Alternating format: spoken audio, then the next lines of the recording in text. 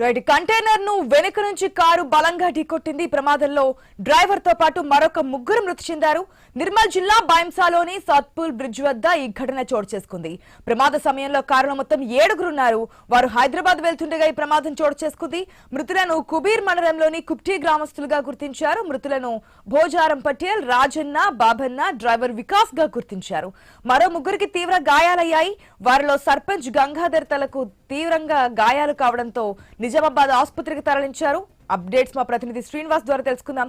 శ్రీనివాస్, ఏదైతే ప్రమాదానికి గల కారణాలేంటి, ఏదైతే గాయపడే ఆసుపత్రిలో చికిత్స పొందుతున్నటువంటి కండిషన్ ఎట్లా ఉంది? Good morning sir. నిర్మల్ జిల్లా బైన్సాపట్నంలోని సౌత్ పూల్ బ్రిడ్జ్ వద్ద ఘోర రోడ్డు ప్రమాదం అయితే చోటు చేసుకుంది.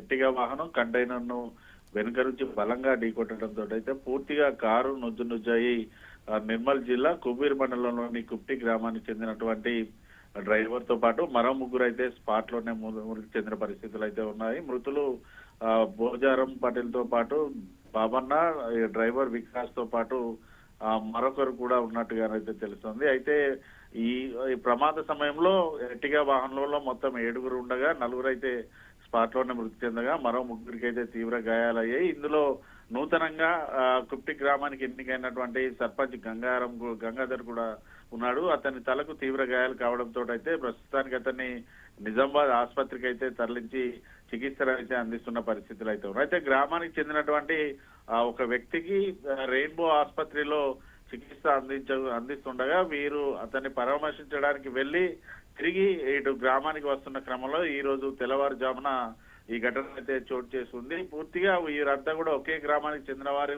కావడంతో అయితే బైన్సా ఏరియా ఆసుపత్రి వద్దనైతే కుటుంబ సభ్యుల రోదనలు అయితే మిన్నుంటాయి.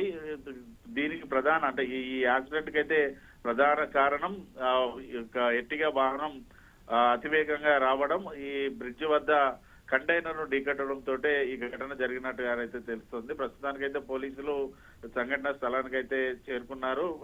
ఇటు కేసు నమోదు చేసి దర్యాప్తు చేస్తున్న పరిస్థితులు అయితే ఉన్నాయి. ఆశ. Right, thanks for the update Srinivas.